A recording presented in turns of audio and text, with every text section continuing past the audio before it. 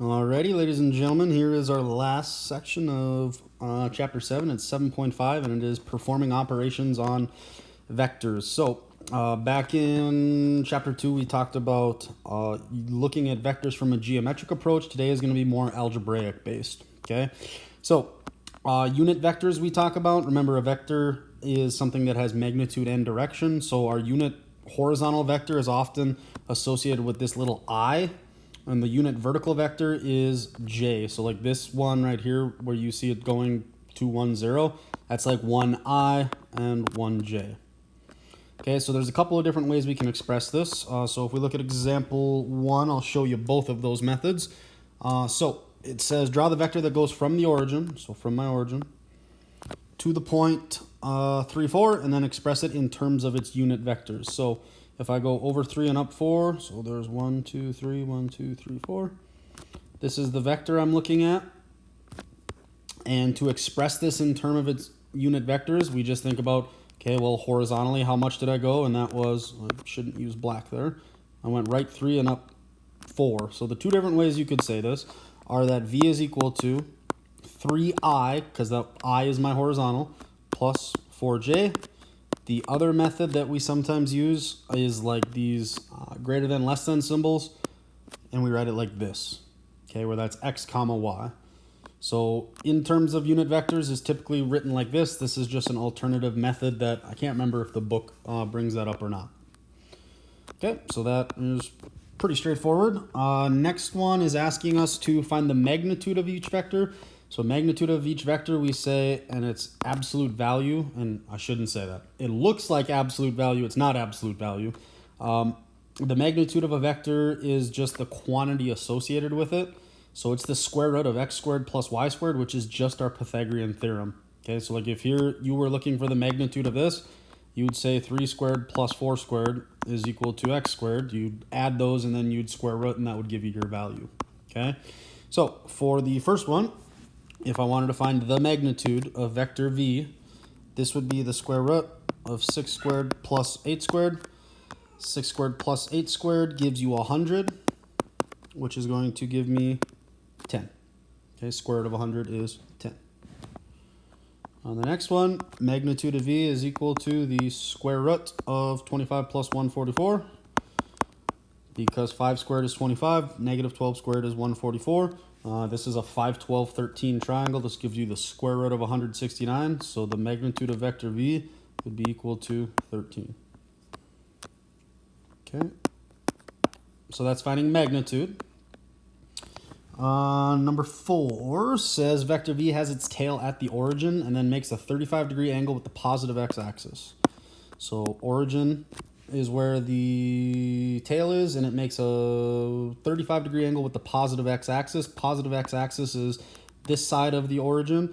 So I'm saying a 35-degree angle like this. It goes out to some point unknown there. Its magnitude is 12. I want you guys to write that vector, v, in terms of the unit vectors I and j. So what I need to find here are this, and I'm going to call it A and B. So A is like my I, and this is like my J. So in order to do that, we're going to have to use our right triangle trig. So if I wanted to find A, I could say that the cosine of 35 is equal to A over 12. Multiply by 12, and I would get A is approximately, if we go to the nearest tenth, 9.8. So I could say that V is equal to, I'm going to go 9.8i plus, now I got to find that J. I can say that the sine of 35 is equal to B over 12, which gives me B is approximately 6.9. So this is going to be plus 6.9j. And there would be our vector in terms of the unit vectors I and j. Okay, so you're really just finding your x component, your y component. Okay, addition and subtraction is pretty straightforward. It's exactly what you would probably think you do. You line them up. So I'm going to go 6i plus 2j. And then I'm going to go plus, I'm going to go negative 3i plus 5j. 5 plus 2 is 7j. 6 plus negative 3 is 3i.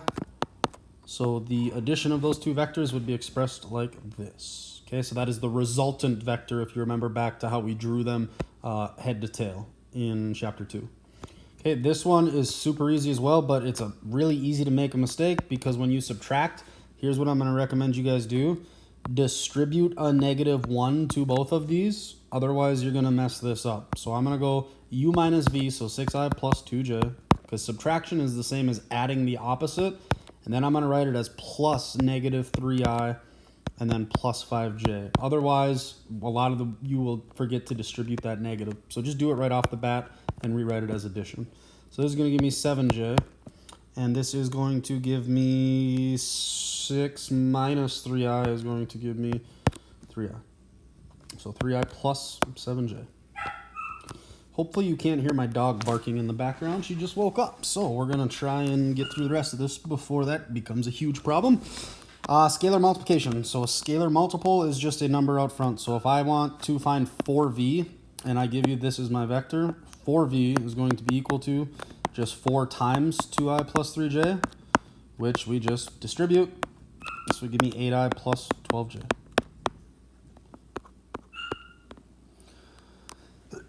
Okay, next thing, I think we've got 2 problems left here, is finding the dot product, or what is sometimes referred to as the scalar product. So if you have a vector u and a vector v, where this is the 2 vectors, ai plus bj, and then v is ci plus dj. To find, we read this as u dot v. It's not multiply. You take your I components, a times c plus b times d. Okay, so the dot product, you'll see in a couple slides where that's useful. To find u dot v, if I want u dot v, that is equal to take your x times each other, add on your y's, 4 times 5, times each other. 3 times 2 is 6, 4 times 5 is 20. So the dot product, u dot v, is equal to 26.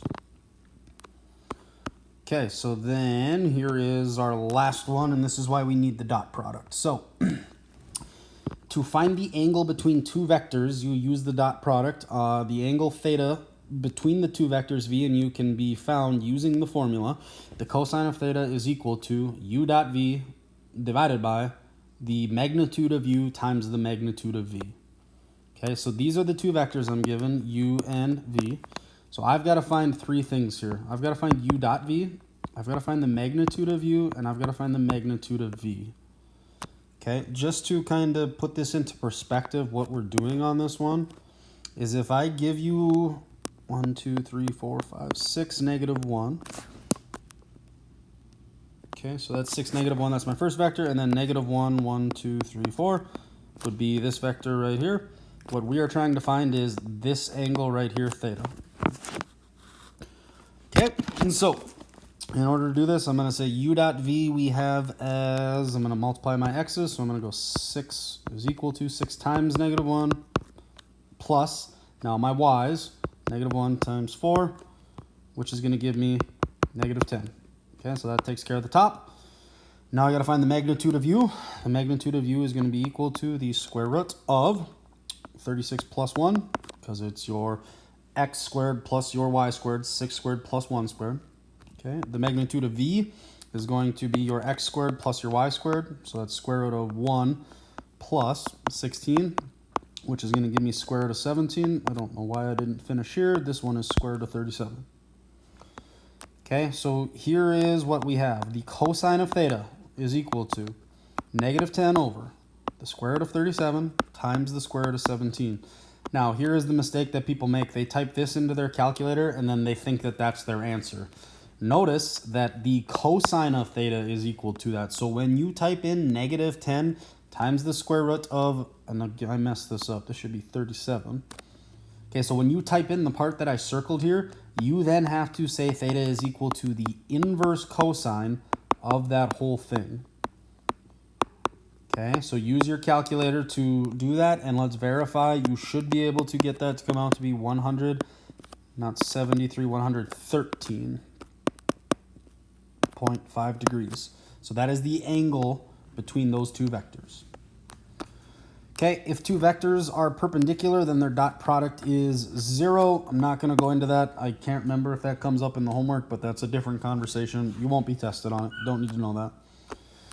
Okay, so your assignment, this is the book assignment, the application problems. Now this is directions from last week, or not last week, last year. The application problems can be found on page 374 with all of those. There's also a worksheet with application problems. I'm not checking your guys' individual homework, but you guys need to make sure that you have this down and are prepared for when you got a test on it. So with that,